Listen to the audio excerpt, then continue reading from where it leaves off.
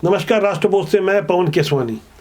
छत्तीसगढ़ की राजधानी रायपुर की सड़कों पर आतंकी संगठन हिजबुल्लाह और उसके चीफ नसीरुल्लाह, जो कि इजराइल द्वारा मारा गया है, उसके समर्थन में जिस तरह का कैंडल मार्च निकालकर एक संदेश दिया गया। आतंकी के मारे जाने पर इस तरह का खुलेआम समर्थन उस वर्ग ने दिया जो दावा करता है कि हम अमन चैन से रहना चाहते हैं, भाईचारा निभाते हैं। भला एक आतंकी के मारे जाने पर कैंडल पकड़कर पोस्टर लेकर राजधानी की सड़कों पर किस तरह का संदेश दिया गया? मामला बेहद संवेदनशील है। इस विषय पर नेताओं की एक बड़ी चुप्पी बहुत बड़ा संदेश देती है।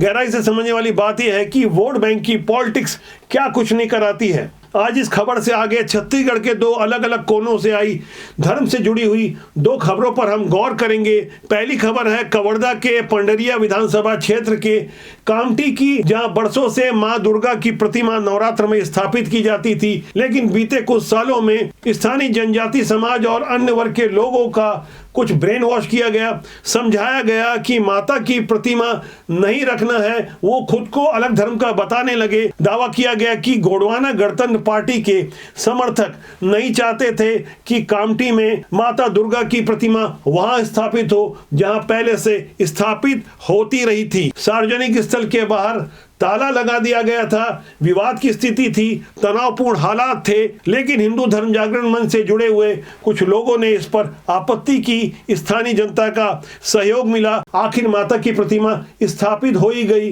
लेकिन वहां हालात बेहद तनावपूर्ण थे। धमकियां दी जा रही थी।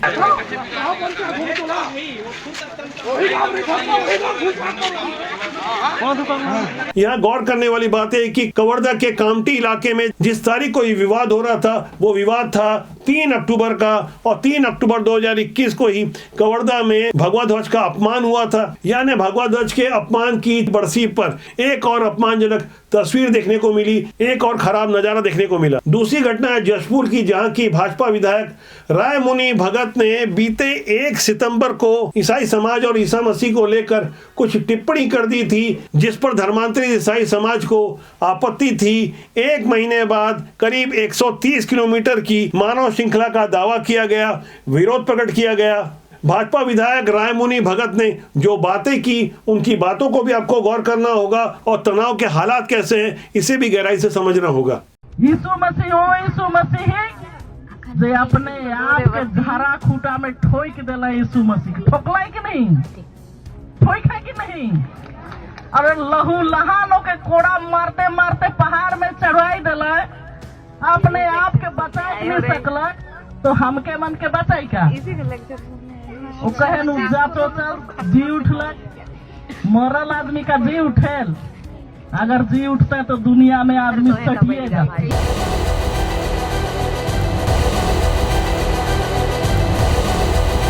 एकर मुख्य कारण यह है कि रायमुनि भगत ईसाई मन के ऊपर में अभद्र टिप्पणी करी से, और वो टिप्पणी हमला आघात पहुंचाई से, तो हमन चाहत हन कि ओकर ऊपर FIR दर्ज हो और कड़ी से कड़ी ओमन पर कार्रवाई हो। विष्णुदेव साई शासन हमन पर न्याय दे और विधायक रायमुनि भगत के ऊपर FIR दर्ज हो और ओला कड़ी से कड़ी कार्रवाई करे और सजा मिले। जसपुर उसके आसपास के इलाकों में स्वर्गीय दिलीप सिंह जुदेव और उनके परिजन घर वापसी का एक बड़ा अभियान चलाते रहे हैं, जो आज तक जारी है। ये बीड़ा मौजूदा हालात में स्वर्गीय दिलीप सिंह जुदेव के पुत्र प्रबल प्रताप सिंह जुदेव ने उठाया है। वो घर वापसी के काम में लगे हैं, भारतीय जनता पार्टी से जुड़े हैं। भारतीय जनता पार्टी की विधायक रायमुनि भगत ने इस मानव श्रृंखला के बारे में जो बातें कही, जो जमीन से जुड़ी हुई बातें हैं, यहाँ आपको भाजपा विधायक रायमुनि भगत के एक एक शब्द पर गौर करना चाहिए। एक प्रकार का अंधविश्वास में हमारे लोगों को जकड़ रहे हैं और धर्मांतरण लगातार हो रहा है हमारे गरीब आदिवासियों का। और जब तक मैं हूँ, जब तक मेरे शरीर में जान है, मैं अपने भाई बहनों को धर्मांतरण से बचाने का प्रयास करूंगी। और आपके माध्यम से कहना चाहती हूँ, जो फर्जी लोग गिरफ्तारी का मांग कर रहे हैं, उससे पहले अपना विधिवत धर्मांतरण का सर्टिफिकेट दिखाए सर। मामला जब भाजपा से जुड़ा हो तो ऐसे में छत्तीसगढ़ की विपक्षी कांग्रेस कहां चुप रहने वाली थी। सीतापुर से पिछला विधानसभा चुनाव हार चुके पुराने मंत्री अमरजीत भगत का इस बारे में एक बयान सामने आया है। अमरजीत भगत को पूरा यकीन था कि छत्तीसगढ़ में कांग्रेस की सरकार दोबारा बनेगी। उन्होंने अपनी मूछें दांव पर लगा दी थी। साफ तौर पर कहा था कि यदि कांग्रेस की सरकार नहीं बनी तो अपनी मूछें कटवा देंगे। अमरजीत भगत जिस वक्त बयान दे रहे थे, हमारा पूरा ध्यान उनकी मूछों के तरफ था। आप इस पर गौर करें, आखिर अमरजीत भगत कह रहे हैं। कहीं ना कहीं मुझे लगता है आरएसएस के इशारे पे रायमुनि भगत इस प्रकार की बयानबाजी कर रही हैं, तो उनको इससे आपसे बचना चाहिए और आपकी सद्भावना और प्रेम ये बना रहना चाहिए। ये पुरानी कहावत जो स्थापित हो गई है, नेताओं की बात और गधे की लात पर यकीन नहीं करना चाहिए। अमरजीत भगत ने तो मूछें दांव पर लगाई थी, उनकी मूछें तो सही सलामत है। राजनीति या नेतागिरी में इस तरह की अजब गजब बयानबाजी जब होती है तो कई बार शक होता है कि नेता जानबूझकर सुर्खियों में बने रहने के लिए ऐसी बातें करते हैं। ऐसे एक ताजा बयान कर्नाटक के स्वास्थ्य मंत्री की ओर से आया है। नाम है इनका गुंडू राव। ये दावा कर रहे थे कि वीर सावरकर गौमांस खाते हैं, चितपावन ब्राह्मण हैं, औरों को मांस खिलाते थे। एक सावरकर और मांस तिंता इद्रु Chitpavan Brahmin, but he was a non veg eater.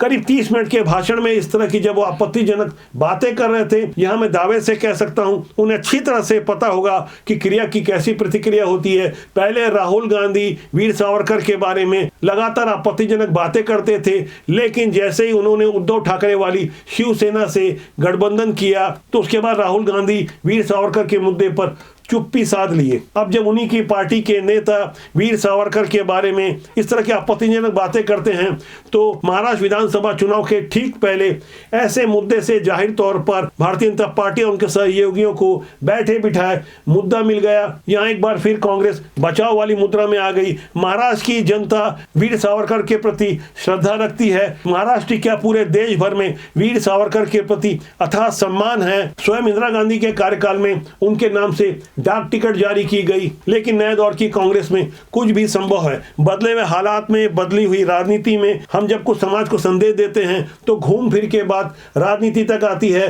क्योंकि हमारे सिस्टम में जिस तरह से राजनेता अपने व्यवहार को अवसर के हिसाब से प्रस्तुत करते हैं तो आम जनता का विश्वास ऐसे नेताओं से हट जाता है। लेकिन हमारा मानना है कि राजनीति बुरी नहीं होती, उसमें काम करने लोग अच्छे या बुरे होते हैं।